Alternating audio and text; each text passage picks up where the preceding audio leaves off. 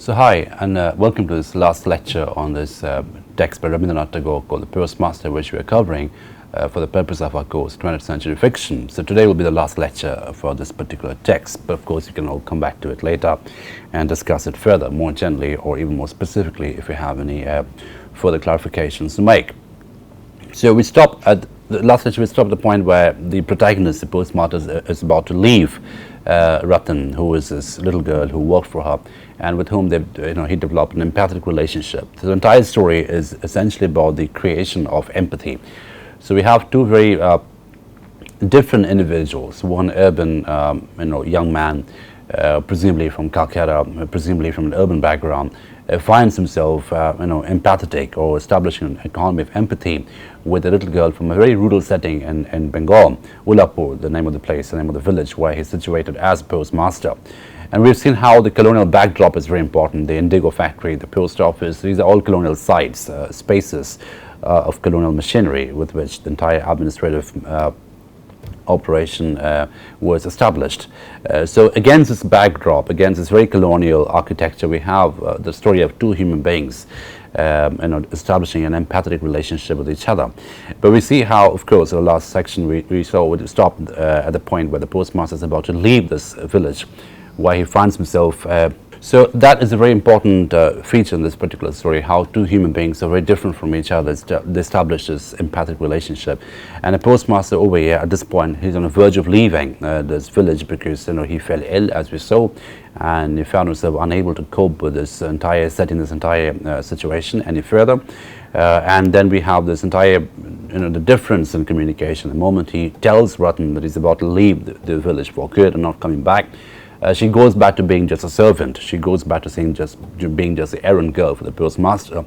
And in fact, the entire communication changes, the order of communication changes, the vocabulary changes, the rhetoric changes.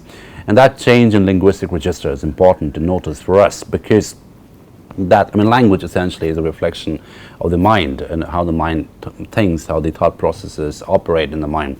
Is reflected in the language, it's reflected rhetorically in the linguistic register. But over here we find that Ratan is going back to being a servant, has gone back to being the errand girl for the postmaster. Now, so at this point we get to know that postmaster tries to redeem the entire situation and tells Ratan, and this should be on the screen. The master said, "You need not be anxious about me going away, Ratan. I shall tell my successor to look after you." These words were kindly meant, no doubt, but unscrutable are the ways of a woman's heart. So again, we have this entire idea of a man's heart and a woman's heart, slightly binaristic in quality. But then if you look through that and look beyond that binary, what is essentially being told away here is the postmaster in a very gentlemanly way, he's trying to redeem the situation. He's trying to tell Ratan that don't be so worried. Whoever's about to come in for my position later, I will tell a person to be kind to you, but I'll tell a person to take care of you, to look after you, essentially, to hire you. So Ratan had borne many a scolding from the master without complaint, but these kind words she could not bear. She burst out weeping and said, No, you need not tell anybody anything at all about me. I don't want to stay on here. So, we see over here that Ratan had ceased to be, in her mind, she had ceased to be the servant for the postmaster, and she had ceased to be, and she had become, in a way, family for the postmaster. So we had seen before how when the postmaster was ill, she had become the mother figure for the postmaster, nurturing him back to health, healing him back to health. So she's become much more than just a servant girl over here, and now she doesn't want to go back to being a servant once that now she's got this existential experience of being something else. So I don't want to stay on here. So she wants to go away from this place for good, like the postmaster. She doesn't want to continue as a servant girl in this situation anymore. The postmaster was dumbfounded. So we have a complete break in communication over here, which is very ironical because we have seen how the postmaster had been teaching Ratan letters of the Bengali alphabet, the script, and she had made great progress. But now she's saying certain things which the postmaster doesn't understand. So she had obviously mastered. She's emotionally more rich over here. She's emotionally more complex over here. And the postmaster is unable to gauge the complexity of the situation, the complexity of this communication, so to say. So he was dumbfounded. He had never seen Ratan like this before. The new incumbent duly arrived, and the postmaster, having given overcharge, prepared to depart. So a new person is about to join in, step in for the postmaster, the incumbent. He arrives, the new government officer, the new postmaster essentially, and then the postmaster, our postmaster of the story, gives him the charge, tells him the duties, explains the situation to him, and is preparing to leave. Just before starting, he called Ratan and said, "Here is something for you. I hope it'll keep you for some little time." So some kind of a parting gift. He brought out from his pocket the whole of his month's salary, retaining only a trifle for his traveling expenses. So this is something that he wants to give generously. So he wants to give his entire salary to Ratan, just keeping a little bit for himself, a little trifle for his traveling expenses. The rest of the money he wants to give to Ratan. So his entire salary, which is presumably a substantial amount of money, especially from Ratan's perspective, is being given to Ratan by the Postmaster as some kind of a parting gift. But also, we are told we get to know the Postmaster is trying to do this to make himself feel better about the whole situation. And Ratan, of course, presumably and understandably, refused to take the gift, refused to accept the gift as well. Then Ratan fell at his feet and cried, "Oh, Dada, I pray you, don't give me anything. Don't in any way trouble about me." And then she ran away out of sight. So she refused to take the gift. And this refusal to accept the gift is very important because she wants to retain the empathetic bond, the existential and emotional bond that she establishes with the Postmaster. She doesn't want to go back to being the servant girl. I mean, she does the duties of a servant girl before the Postmaster leaves, but in her mind she's already left the place. In her mind she's ceased to be part of the place anymore. And by refusing to accept the gift from the Postmaster, she refused to be the servant. She refused to be, to accept the fact that he was a master and she was a servant over here. And she retains the privilege of the emotional relationship, the privilege of the companionship that they had established over this period of time. So this refusal is a very symbolic refusal on her part. The refusal is a rejection to be treated as a servant over here, and is a retention to a certain extent of the empathic relationship that she had with the Postmaster. Okay, so that's an important symbolic gesture on Ratan's part. The refusal is important over here. So it's a retention, it's an act of rejection of the servant-master relationship, and it's a retention of the brother-sister relationship, which is essentially priceless, which cannot be quantified by any amount of money. Okay, the Postmaster heaved a sigh, took up his carpet bag, put his umbrella over his shoulder, and accompanied by a man carrying his many-colored tin trunk, he slowly made for the boat. So this is rural Bengal, and this is colonial Bengal. It's the only way of communication to and from Calcutta were in boats. Right, so it's a very common iconic image of people from villages coming to Calcutta in boats. So obviously there were no roadways, no bridges at that time, the way we know it today. So boats were the only means of travel at that point in time. So this very symbolic image of the Postmaster walking with his umbrella and a man carrying his tin trunk ahead of him, and the two of them making their way to the boat, which would take him back to Calcutta. It's a very iconic pre-colonial image and colonial image of rural Bengal, so to say. When he got in and the boat was underway, and a rain-swollen river, like a stream of tears welling out from the earth, swirled and sobbed at her bows, then he felt a pain at heart. The grief-stricken face of a village girl seemed to represent for him the great unspoken, pervading grief of Mother Earth herself. So we see over here a very interesting reflection in nature of what's happening in the human mind. So the human mind, the human emotions over here are reflected by the landscape around. So the river looks rain-swollen, and of course the entire rain-swollen thing becomes a metaphor for a teary river. It's like streams of tears flowing from welling up from the Mother Earth.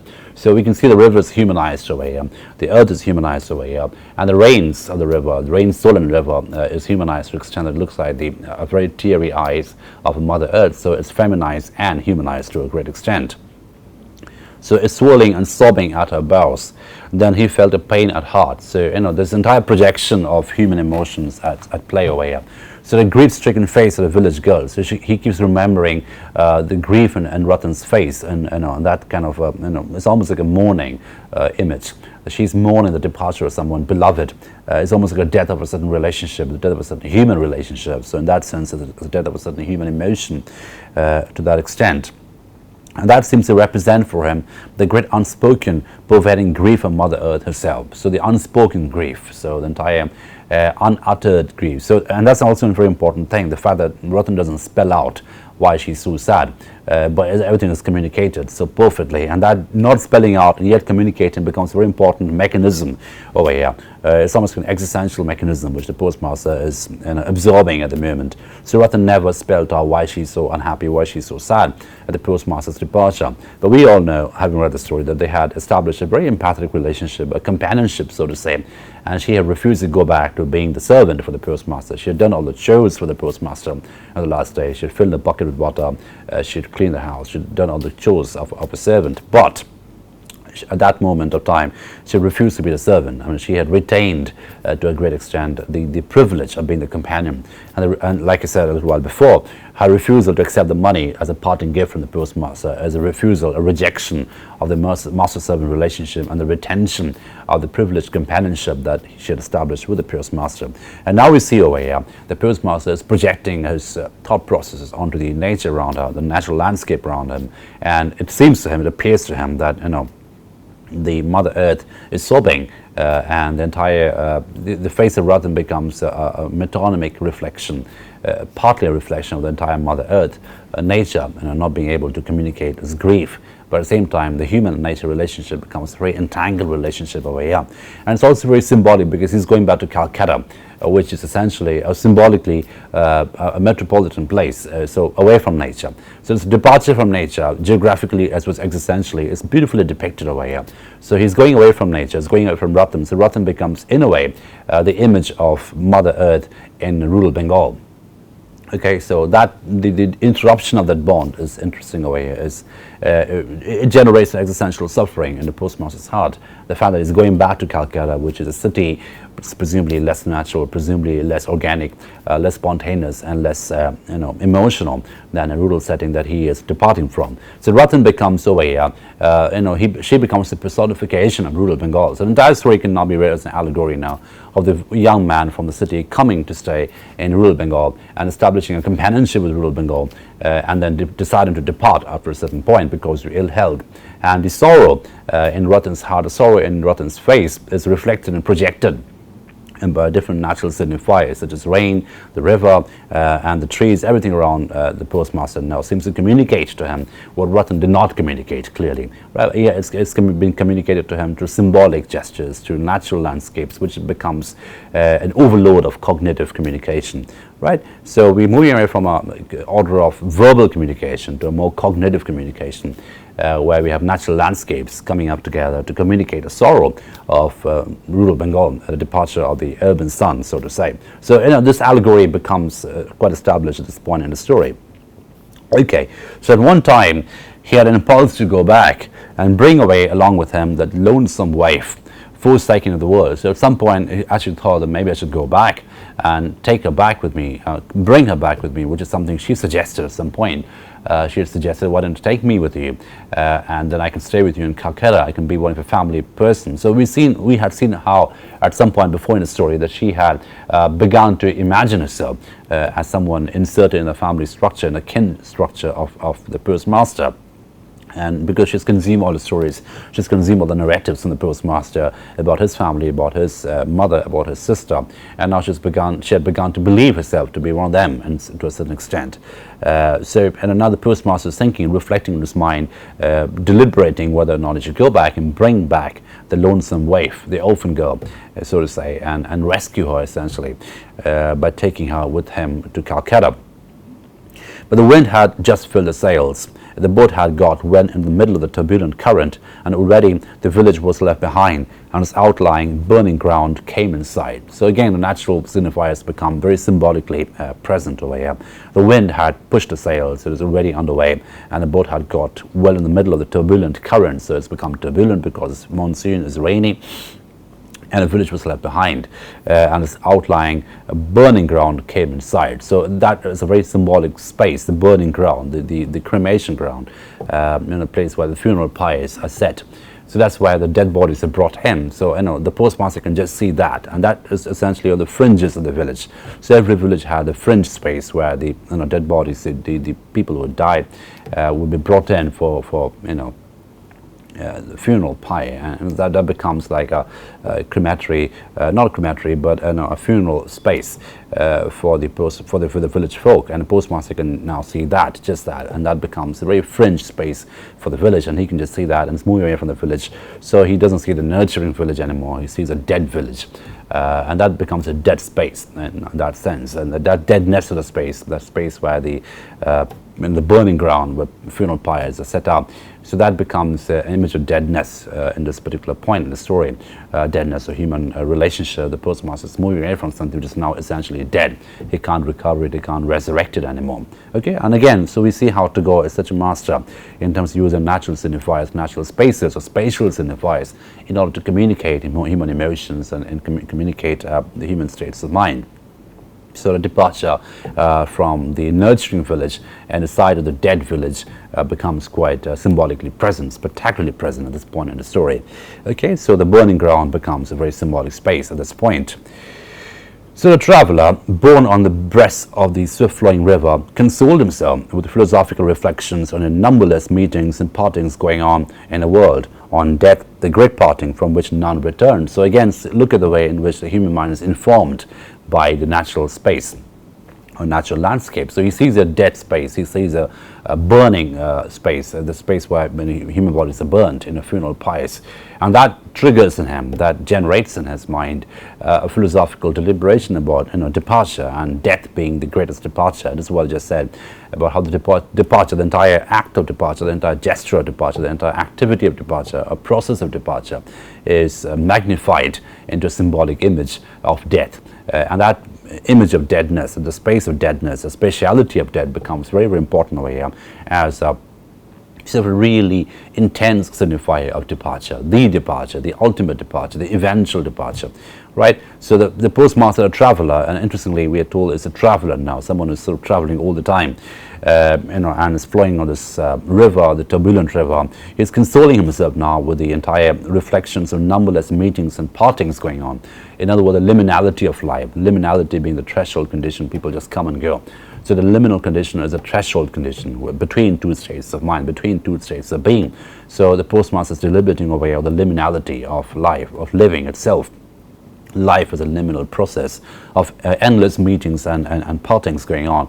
And then, of course, he thinks of death, the great parting, the great departure, the ultimate departure from which none returns. And also look at the way, if you visualize it, it's quite cinematic actually. If you visualize it, we have this lonely man traveling away from a village in this boat, which is sails have been filled with the wind, and is traveling into or across the river. And you can see this panoramic image of the burning space, the space where the bodies were burnt, as by Hindu rituals, the funeral cart, so to say, the funeral pyre space, and is consoling himself by dwelling on, deliberating on the philosophical idea of life as a series of departures.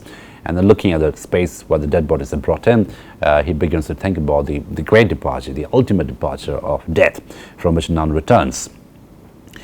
But then look at the immediate contrast between that kind of a philosophical musing and Ratan's mind. And we are told now, but Ratan had no philosophy. She was wandering about the post office in a flood of tears. It may be that she still had a lurking hope that in some corner of her heart that her daughter would return, and that that is why she could not tear herself away. Alas for a foolish human nature.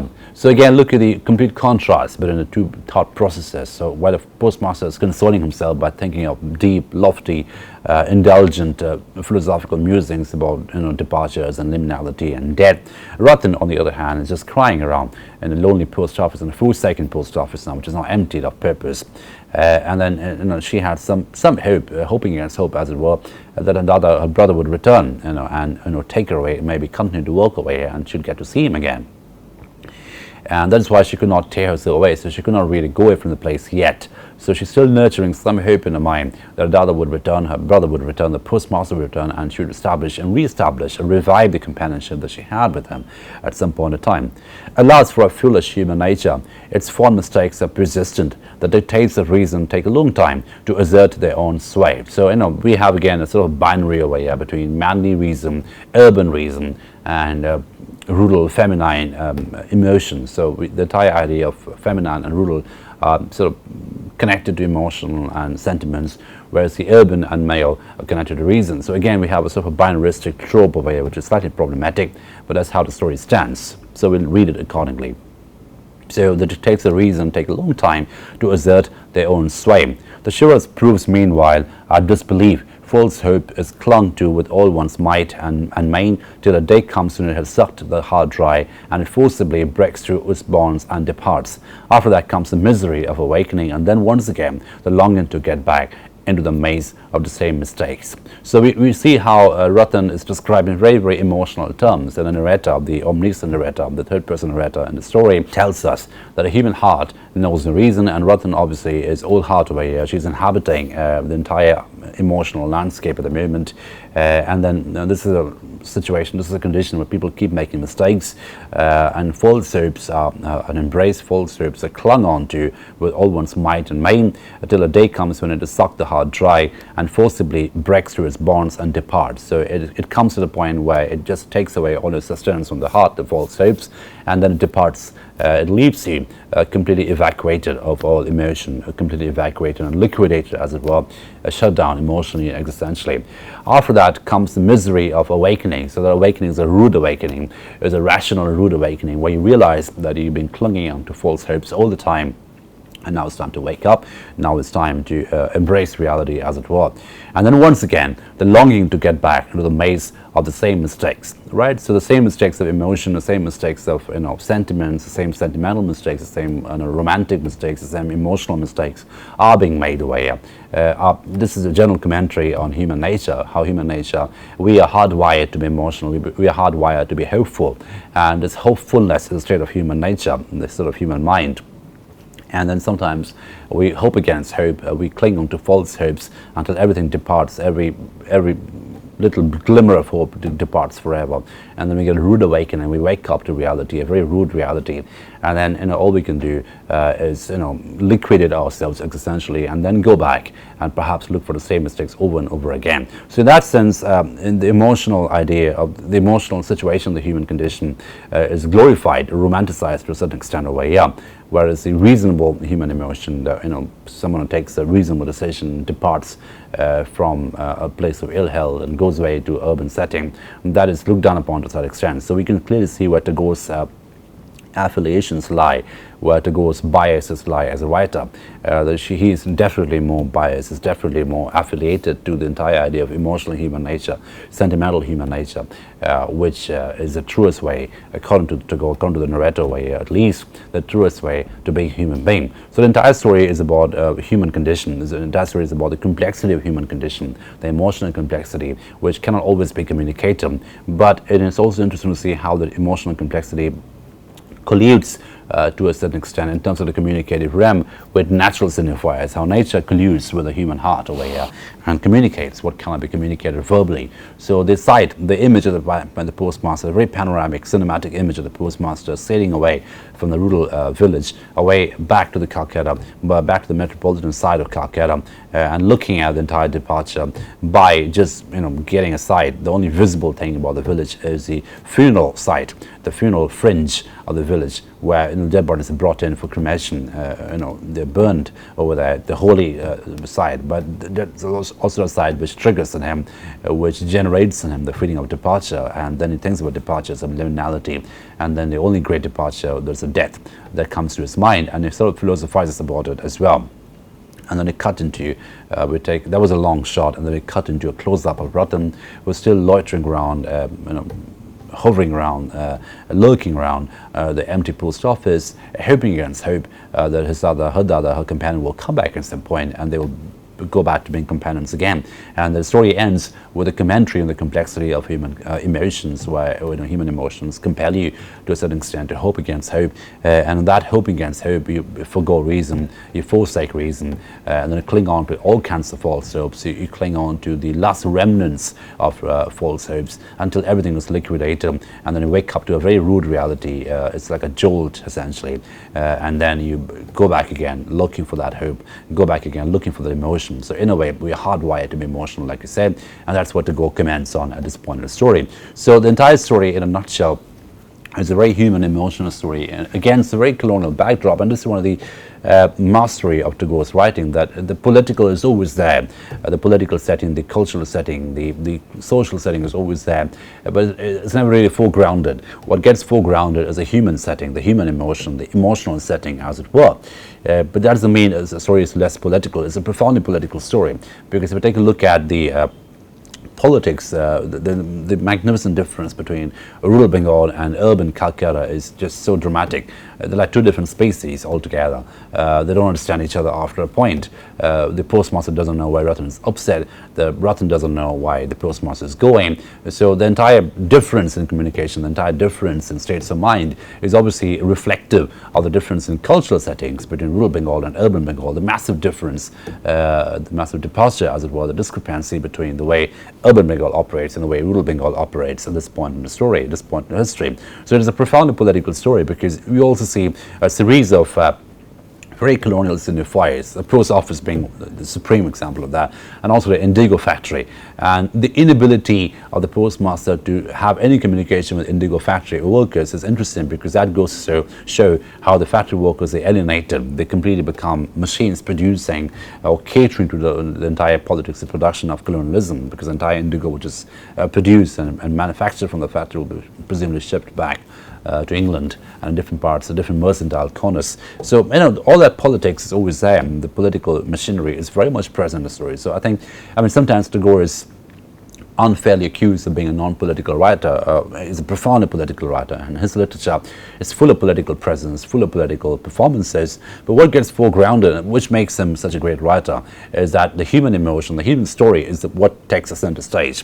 And the political backdrop is there as a backdrop, like I just mentioned. So it's a very dialogic kind of a narrative style, where the political visibility is always there, you know, the architecture is there, the signifiers are all there. But what gets foregrounded, what gets celebrated and slightly romanticized to a certain extent in the stories are the human emotions, the human communications, and the human lives, which are dramatized in his narratives throughout his oeuvre of work. So with that, we come to a conclusion of the story. I hope you enjoyed reading it, and do go back and read it in its entirety. And you know, if you have any questions, any clarifications to make, feel free to write about it in the forum that we have, and we can always come back to this and have a more generic discussion on it in comparison and contrast to some of the other texts that we'll do in this course. So with that, we come to the conclusion of the Postmaster, and we move on to the next text in the next lecture. Thank you for your attention.